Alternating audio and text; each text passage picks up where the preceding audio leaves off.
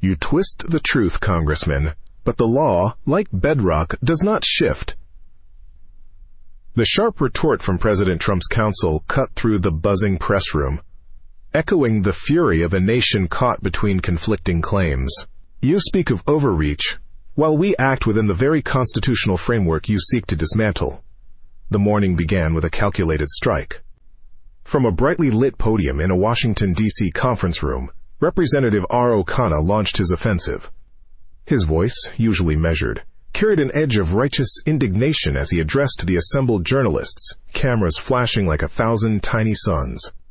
For too long, Khanna began, his gaze sweeping across the room, this administration has trampled upon the sovereignty of our states. The recent court ruling, while seemingly affirming federal control over California's National Guard, is a narrow interpretation, ignoring the spirit of cooperation, the very essence of federalism. He paused, letting his words hang in the air, a master of pacing. President Trump's continued federal grip on our Guard is not about national security. It is about political control, a blatant overreach designed to undermine the ability of California, a sovereign state, to manage its own emergencies and protect its own citizens.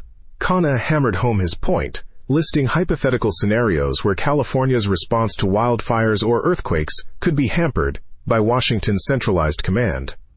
He spoke of bureaucratic red tape and, quote, unnecessary delays, painting a picture of an unresponsive federal behemoth stifling agile local action. This isn't merely an inconvenience, he declared, his voice rising.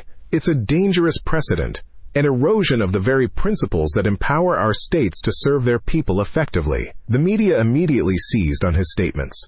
Headlines exploded across news channels and social media. Khanna accuses Trump of power grab. California Guard at center of federalism fight. Congressman challenges White House authority. The narrative was set, the gauntlet thrown. Back at the White House, the air was taut. President Trump, though outwardly calm, felt the sting of Khanna's words. This wasn't just political theater. It was a direct assault on his administration's legal standing and his commitment to national security. He's twisting facts, the president stated, his voice a low rumble, taking a clear legal victory and turning it into a narrative of oppression. This is pure, unadulterated political opportunism. His legal team, led by the sharp and unflappable chief counsel Eleanor Vance, was already at work. They knew Khanna's game. He was good at spinning a story, at leveraging public sentiment. But facts, they believed, were immutable. Hours later, as the afternoon sun began to slant across the Capitol, it was the White House's turn to respond. The grand briefing room was packed, even more so than for Khanna's earlier address.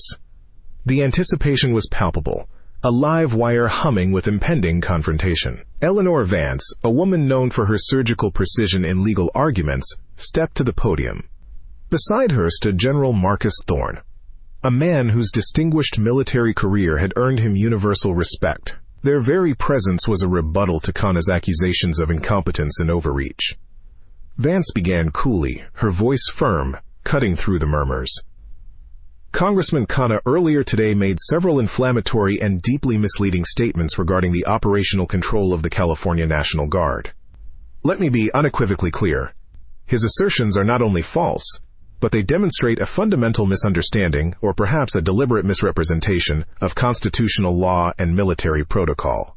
She didn't raise her voice, but her words were like precise hammer blows. The recent federal court ruling, which Congressman Khanna selectively acknowledged, did not merely affirm narrow interpretation. It was a resounding affirmation of the president's authority, enshrined in the Constitution as commander-in-chief. This authority is not arbitrary. It is designed to ensure a unified, effective national response to any crisis, be it foreign or domestic. Then came the first devastating blow. Congressman Khanna claimed to possess, quote, irrefutable documents outlining California's prior agreements that he alleges are being violated. We have anticipated such a tactic. General Thorne, his face grim, stepped forward. I stand here today with the actual, full, and unredacted text of every single relevant interstate and federal state agreement concerning the deployment and command of National Guard units. What Congressman Khanna presented was a highly fragmented, contextually void series of excerpts, designed to mislead. A buzz went through the room. Vance gestured to a large screen that illuminated behind them, displaying what looked like official documents, clearly marked and indexed. "This is the complete court ruling," she announced, pages 1 through 73.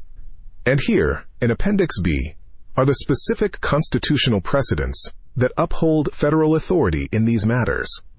Not snippets, ladies and gentlemen, but the full unredacted legal truth. She continued, "Congressman Khanna alleged that federal control creates operational inefficiencies for California's emergency services. This is not only factually incorrect, but a profound insult to the dedicated men and women of the Guard. General Thorne will now elaborate on the seamless integration and extraordinary efficiency of federal-state collaboration during recent California emergencies." General Thorne, in a voice that commanded attention, began to systematically dismantle Khanna's claims. He presented data, actual response times, resource deployment metrics, success rates in recent disaster relief efforts. During the catastrophic wildfires of 2 years ago, Thorne explained, his pointer highlighting charts on the screen, federal and state Guard units operated as one cohesive force. Our joint training protocols, standardized equipment, and unified command structure, all under federal oversight, allowed for rapid deployment and unparalleled coordination. There were 0 instances of, quote, bureaucratic red tape causing delays in the field. In fact, federal intervention often expedited the delivery of critical resources that state-level commands simply could not access on their own. He showed maps of deployment, illustrating how federal air assets supported ground operations, how federal logistics ensured timely supplies, how federal medical units augmented overwhelmed local hospitals. Each point was backed by hard data, clear timelines, and verifiable results. The story Khanna had spun about federal inefficiency dissolved before the facts. "Furthermore," Vance interjected, her voice now edged with a controlled indignation, "Congressman Khanna's underlying premise, that a state's control somehow supersedes the federal government's ultimate responsibility for national security and coordinated disaster response, is a dangerous legal fantasy. It is not overreach to ensure the American people are protected by a unified, capable military force in times of crisis. It is paramount." She leaned into the microphone, her eyes burning with conviction. "The president's actions are not, quote, politically motivated, as Congressman Khanna maliciously suggested. They are rooted in a solemn oath to protect and defend the Constitution and the citizens of this nation.